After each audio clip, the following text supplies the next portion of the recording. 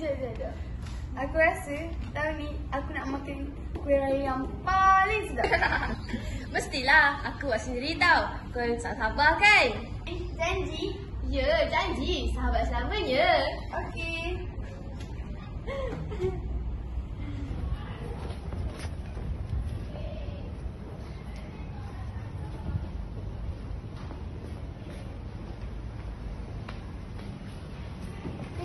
Mana Mira ni?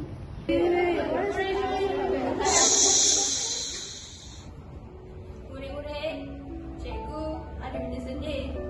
Mira terlibat dalam peranangan ketika dalam perjalanan pulang kampung. Tak mungkin. Dia janji nak maafkan raya untuk saya.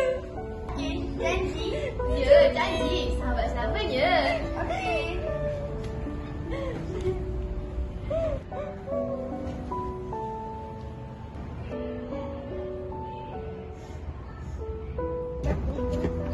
Sofia, Mira cakap dia nak awak yang orang pertama rasa kuih raya yang dia buat sendiri ni. Betul kan, Pi? Terima kasih.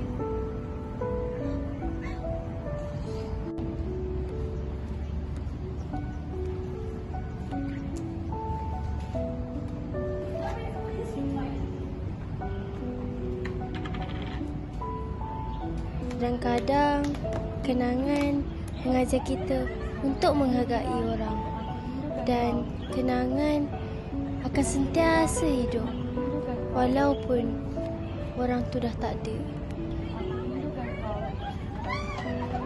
Pada sahabatku Mira, hari ni hari terakhir kita dekat sekolah ni. Dulu kau pernah cakap bila kita habis sekolah nanti kau nak bagi aku kuih yang kau buat. Tapi sedar tak sedar kau tinggalkan aku. Dalam semua kawan yang aku ada, kau lah yang terbaik. Sebab kau bagi aku kuih free.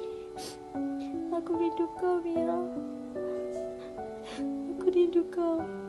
Rindu kau sangat-sangat.